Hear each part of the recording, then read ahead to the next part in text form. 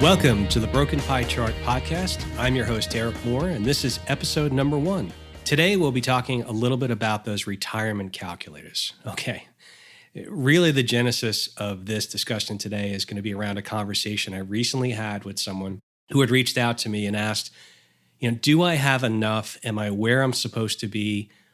Do I have enough saved based upon my age? When do you think I can retire? And a lot of times what we do is we take inputs like that, and it's a broad process where you're running the numbers and running the calculations, but you're trying to figure out basically some answers for individuals. And so I thought it would be helpful to just go through some of the inputs, some of the assumptions, and talk really broadly about some things that maybe you've thought of and just need some clarification on, and other things perhaps that you haven't thought of.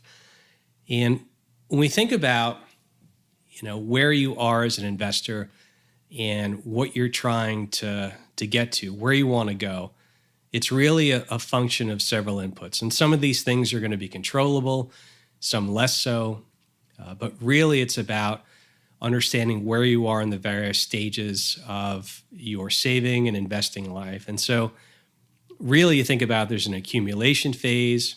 That's where you're saving, you're contributing to accounts. You're trying to build an asset base. There's also the distribution phase, and that's where you're taking money out in retirement to supplement income, so accumulation and distribution. There's also this phase, and I like to call it the base maximization phase in the middle. And that's really in between, and that's that last push, let's call it that last 10 to 15 years to retirement, where you're still working, you're still able to contribute, you're in probably your peak earning years, but you also need to get a good return on the investments to help surge those balances forward. And so, look, it's natural to say, am I where I need to be? Do I have enough saved? Do I have enough? When can I retire? All of these things are important. And so I thought it'd be helpful to just go through a couple aspects of this. Look, when you're looking at, and you've probably stumbled upon and searched online, can I retire by X amount of date? And you pull up this nice nifty online tool or calculator, and you're putting in your age and you're putting in your income, and you're trying to do all these assumptions and figure out exactly when can I retire? Do I have enough? Will my money last until this arbitrary date that I picked that I think I'm going to live to? Will my money last, or will it sort of get spent before then? And so the things that matter to the calculation, it's really a couple things.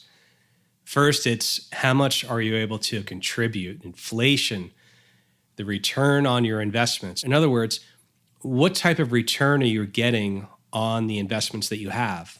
What's the annualized return? The sequence of returns matter. What is the sequence of when you earn X versus when you earn Y? Are there any big drawdowns that are in there? Certainly 2008 taught a lot of investors that there are periods where you can have severe drawdowns in the market, and that can be damaging to a portfolio. We're not talking necessarily about investment strategy. That's a different discussion, but something to take into account. Social Security and pensions. Now, will there be Social Security? A lot of people are skeptical, especially those on the younger side.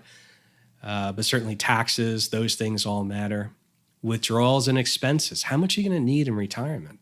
How many years do you have in retirement? And then your life expectancy. It's kind of interesting when we think about, various things that you're sort of looking at and you're trying to figure out, okay, I need to pick somewhat of an arbitrary date in retirement. And I say arbitrary because let's say you're 10 or 15 years out, you probably have an aspirational goal of saying, I want to be retired by this age or this date. But when you put assumptions into a calculator, you really have to pick a retirement date. Okay, well, that's the closer you are, there's a little bit more certainty.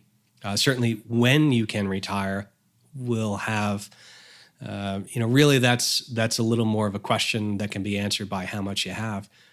But the other thing is you've got to sort of pick this arbitrary date of when you're going to live to. So when you want to retire, when you think you'll die. And by the way, there's good news on life expectancy in the United States. The good news is people are living longer, whether that be due to advances in medicine or other reasons, quality of life. But while there's good news, you're living longer, the bad news is that many folks are going to have their assets last much longer post-retirement, meaning you're going to have to draw down income for more years based upon raising life expectations. And so those are things to keep in mind. So look, everyone has probably used one of these. You pull it up and it's going to ask you questions and things like your current age, your expected retirement age, right? When do you want to retire? And your life expectancy. And so maybe you're 50 years old right now and you want to retire in 15 years. And you say, look, I'll put down, I think I'm going to live till 85 and I've got to put in my current assets. And current assets, normally what they're looking at is investment assets, things that are liquid. A house is a little bit different. Your old baseball card collection, while it might have some value, it's less liquid, meaning it's harder to find a buyer for that. But generally, you've got to put down what your current investment balances are. And then you've also got to put down, so you have your main components, your age, your expected retirement date, and then your life expectancy. You've got to put down what you have now. Maybe we'll do a separate episode on how to construct your personal net worth, sort of taking inventory of all your assets and your liabilities. Maybe we'll do that in a future episode. But then the other things you have to do is you've got to set aside and say, okay, here's my current salary. If you're married, it's your salary and your spouse's salary. But what's the total salary? And then what's the total percent that you're actually able to allocate to savings, also called an annual percent contribution. Now, if you're working in a large company and you've got a 401k and you have a contribution percent, you've got a match, that's something that's fairly easy to figure out. For small business owners or entrepreneurs whose income fluctuates and they maybe don't have that sort of quote unquote forced savings that a company's 401k plan does, it can be a little bit more erratic as to when you are actually contributing. But you got to figure out what it is that you're able to contribute. And then you've also got to come up with a pre-retirement annualized rate of return. In other words, you've got to say, okay, am I going to earn 7% a year? And I'll talk a little bit about really how that works. That's really more of a straight line. That's assuming you're going to earn 7% every year or 6% or whatever it is you put in. But you also have to do a post-retirement return on investment or annualized percent return. And so some people might pick a higher one for pre-retirement and a lower one for post-retirement. But you've also got to figure out inflation. How much are things going to go up every year? And then, of course, you try and estimate if you get Social Security, what is it that you can expect on an annual basis? And then you can kind of try and figure that in a monthly amount. You also got to pick what age you'll start earning Social Security. Generally, and if you've ever gotten one of those paper statements, a lot of people have to go online now and they look at the Social Security site and you try and get some estimates as far as if you start drawing at 62 or 67 or 70, there's different amounts. But you've got to try and figure out what you might get in a monthly payment, and you can annualize that. So a couple things. One of the things that is really important, all of these things matter with regard to trying to figure out how much you'll have at retirement. Remember, you picking that arbitrary age. I want to retire at this age. And then will the assets continue to be able to be drawn down, meaning taking money out of the accounts as income until your expected, passing age, right, for lack of a better term. But one of the things that has a very, very big impact and can be very instrumental as far as building wealth and building assets is not only contributing what your annual contribution or how much you put into your investment accounts every year, but also the earlier you do it, the better. I can tell you that I've been an adjunct professor and instructor at a local university and college here. And I did this with a group of really 18 or 19-year-olds, and I showed them even if you started earning like $15 an hour and you started contributing 15% a year at age 18, well, maybe some people will do it, maybe some won't.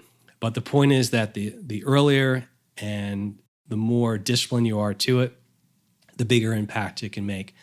But surprisingly, though, even someone who, let's say, and we'll use a nice round number of 50, even someone who's 50 years old, there is a substantial difference between contributing, let's say, 5% annually, 10%, or 15% annually. I'll give you a quick example. Let's say someone 50 years old had $100,000, okay? And what you're going to do is you're going to make some assumptions, right? You're going to assume that you earn about 7%, and this is all hypothetical, right? 7% pre-retirement, 6% post-retirement. And, you're putting these percentages away. Well, I'll give you a couple quick numbers. The quick math says that if you only put in 5% and you retired at 65, you'd be out of money about 74. At 10% annualized or 10% annual contribution, so that's 10% of your salary every year put into savings, investments, right? Put into investment accounts. Well, then your money lasts until, roughly 77, 78. But at 15%, the money lasts until 82. Still not to, let's say, all the way to 85 if that's what you've picked. But there is substantial difference not only in how long it lasts, but also the balance at retirement. And, at 5% based upon those assumptions to 15%, it could be the difference of a couple $100,000. And so contributions matter, contributing early, doing it on a disciplined basis.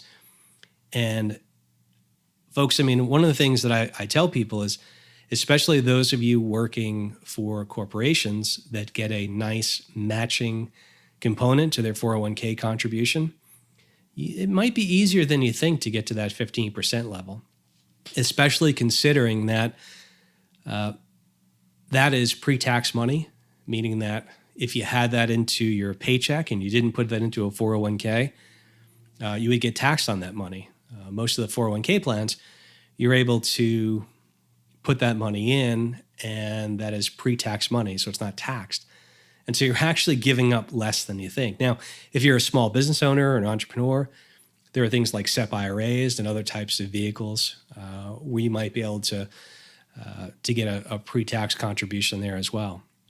But certainly, contributions matter. They matter a lot. And even if you start to up your contributions later on, it's still going to make a difference. It's still going to be a major thing in the component. Now, when we think about inflation, so what is inflation? Well, inflation really is just the amount or the change, let's call it the percent change, and all of the goods and things that you buy to maintain a lifestyle. If it cost you X one year and it goes up 2%, the next year we would say, well, inflation was 2%. It's not that simple. There's the way it's sort of calculated is based upon the quote unquote basket of goods. The thing is, though, inflation matters because one of the things that you're going to have to figure out at some point is, let's say your salary was, again, using nice round numbers, $100,000. And you say, okay, first year of retirement, I need at least, $65,000 in income drawn down from my account. So you would say, okay, I need about 65% of my last annual salary. And the thing is, though, that $65,000 is year one, because let's say inflation goes up 10%, and let's hope that doesn't happen. That hasn't happened since the late 70s, early 80s. But if inflation was going up 10%, well, if you need $65,000 in the first year of retirement, if inflation sees prices move up by 10%, well, now everything your needs, everything's going to go up by 10%. So you're going to need an extra 6,500, 10% of 65,000 in the next year. And so the point is that inflation means that every additional year in retirement, your cost may go up. And so you're going to need to draw more potentially from your investment accounts. And so inflation matters because if we think about, and I'll give you a couple of examples, let's say 75,000 is the number that you pick and say, okay, in year one, I need $75,000. Well, if you're looking and saying, if inflation is only, pretty low, 1.5%. In fact, since 2008, we haven't seen much inflation, although it has picked up recently. We would say that, let's say by, if you retire at 65 and at age 78, you're going to need roughly 90,000 based upon 1%, 1.5% annual year-over-year inflation jumping. But if inflation jumped at 3.5% a year, which again hasn't happened in quite some time, at 78, well, then you need roughly about 115,000 or so, back of the napkin calculations, right? So the way that inflation matters is that when you're trying to estimate what you'll need the first year in retirement to withdraw from those accumulated asset bases, you're trying to figure out how much will my cost rise. Now, there is an interesting thing, and a lot of people will point to Social Security and say, well, I'll get Social Security, which really is not meant to cover all of your expenses. It should be more of a supplement. And they'll say, well, doesn't Social Security have a cost of living adjustment, also called a COLA? Well, people ask that question. They're absolutely correct. In fact, there's an annual figuring that goes on by the Social Security Administration, and they actually say, okay, we look at the consumer price index. I believe it's all urban consumers, and they say, here's the basket of goods. It was this price one year, it was this price the next year, and then this is how we'll do the inflation adjustment. The challenge, though, is think about how as you get older and into retirement, how your expense basket changes. You're probably spending less on textbooks and more on healthcare. And so the challenge with that is, and there's been some articles written on the loss of buying power with how they do the cost of living adjustment, but some retirees may need more than they think because their own personal basket of goods might be being inflated at a higher rate, especially when you think about healthcare. So retirement is, or inflation in retirement is certainly a big thing to take a look at. And it matters because it matters of how much money every year you're going to need in income. And it also matters because you're going to see the rate of increase in the cost of your goods. Higher inflation means that your annual income distribution, or the annual income that you need, goes up. If you can't do it, then you may have to reduce your lifestyle, cut back, or do some other things. And so again, we're just going through some of the aspects that make up these assumptions and these hypotheticals. This isn't meant to be a grand overview of your own investment plan or whether or not the right strategies are there. These are things that when you're filling out those forms online, folks, it's all math. It's all math. It's just assumptions, and it spits out what it spits out. But inflation is certainly a big part of it. Now, the other thing that really matters a great deal is the return on investment, meaning what's the annualized return on the investments that you have, and what are you getting, year over year, both pre-retirement and post-retirement. And so this is a big deal to people because it can really change how much the asset base is. And so the challenge with most of these tools that you see, and maybe they're free or maybe somebody ran it for you, is just pick our hypothetical numbers where we said, okay, 7% pre and 6% post. Why is 7 and 6? It's an assumption, right? Well, there is a big difference between, let's say, making 7% each and every year, as opposed to making 7% for 10 years, then losing 35%, and then making 7% again. And so it's one of the things to keep in mind when you're putting those in. It is an assumption that the returns are rather smooth, and we know not all returns are smooth. The reality is that over the course, using historical numbers, and of course past performance is no guarantee of future success, although a lot of people use past performance numbers to try and predict how much in assets you'll have when you can retire, how much the money will last to. Those things are only estimates based upon what happened in the past.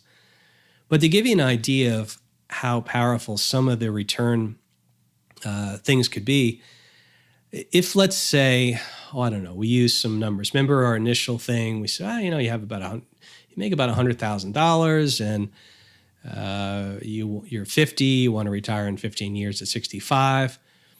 Well, just to sort of put a little bit of a picture on this, if your pre-retirement returns were 5%, your post was 3%, you retire at 65 in 10 years based upon this model, you're pretty much out of money, right?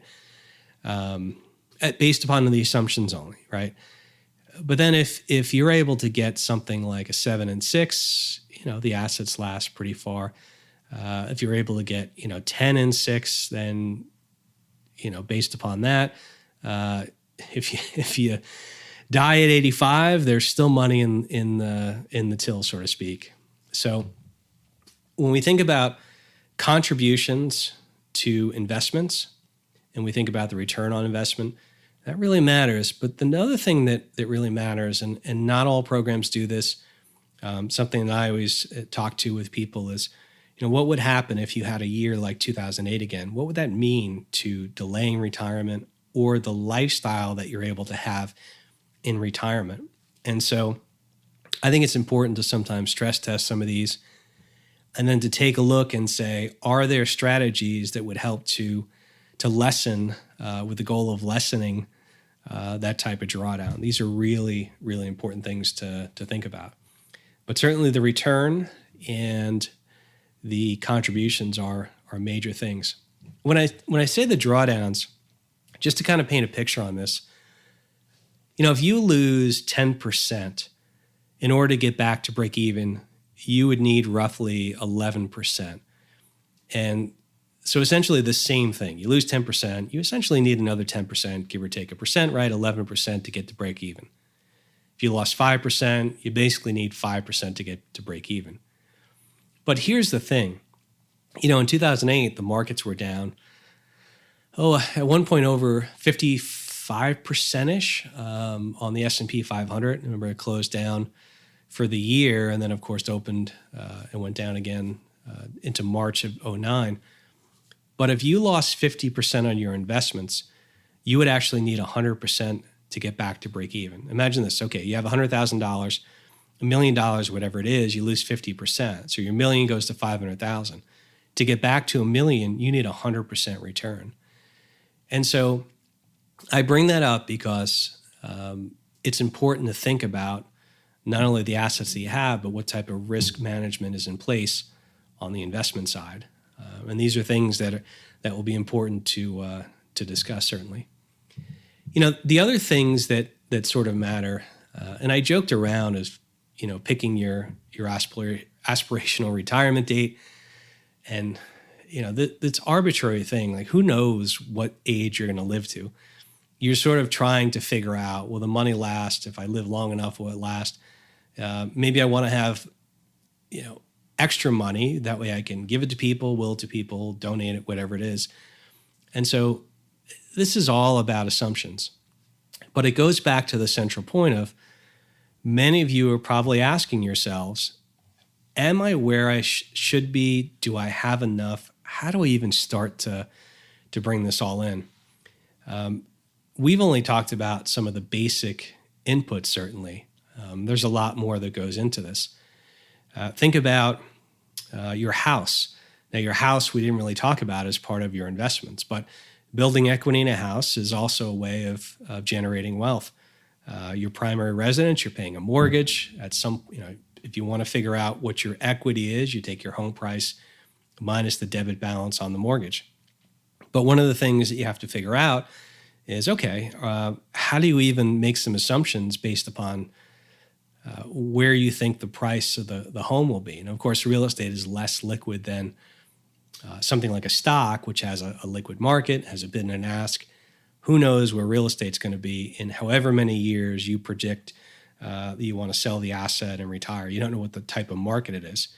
But you can make some assumptions based upon what you think the growth will be. And then you can also look at the tables and figure out, based upon your payments, what would the debit balance be at that time, and try and make some estimates. And the other thing is, will you sell the house? Will you downsize? Will you sell the house and then rent? All of these things sort of come into play. A couple things I want to mention. One is the idea of, I mentioned the straight line. Remember I said, if we assume hypothetically, right, we pull that 7% annualized return, and we're going to put that in the calculations.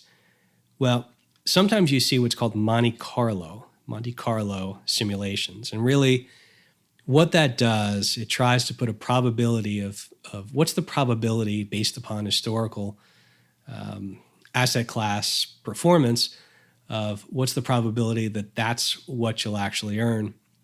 And then it sort of runs, 1,000 simulations, and it tries to figure out with some confidence what's the likelihood or the probability that you'll actually get to the finish line. So some programs do that, and other programs may or may not actually put a random, let's say 5 years before retirement, what if we have a really big drawdown?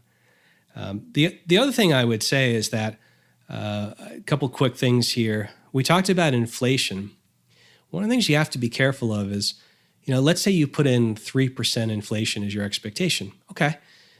So that's the annualized increase in the basket of goods that you have. But a lot of programs actually do two things with that number. Number one is they assume that prices will go up 3% a year using that 3% hypothetical. You can use 2%. You can use any number you want. But the other thing that sometimes a program does, it uses that number in two ways. It does it prices, but it also assumes you're getting a 3% raise every year if you're using 3%. And so your final salary, assuming 3% compounding on your salary, can sort of inflate the salary. And be careful with that, because as we know, over the last 10 years, we haven't seen that much wage growth. And wage growth and inflation can be two different things. And so depending upon what you're using. What I would say also is, a lot of times people come to me and they want to run through this and they have questions on it. I think it's always helpful to sit down with someone and just go through a little bit more about your situation and what your goals are and what you think that you'll need. And by doing that, you can sort of really think about things that maybe you didn't think of, like college, paying for college, or lump sum one-time gains that you'll have, or stock options. When are they vested? How Social Security changes, what you think expenses will be. Like I said, we'll probably do another episode where we focus on how you can build your personal net worth profile and how you can actually come up with your expenses. But based upon, I know a lot of people are out there trying to figure this out. How do you use these things? What assumptions should I make? And so I wanted to touch upon a number of these things in the episode. And by all means, if anyone has questions, please feel to reach out to me. www.razorwealth.com is the website, and I'd be happy to go through your personal situation with you. Until next time, this has been Derek Moore on the Broken Pie Chart podcast. I look forward to our next episode, and we'll talk to you soon.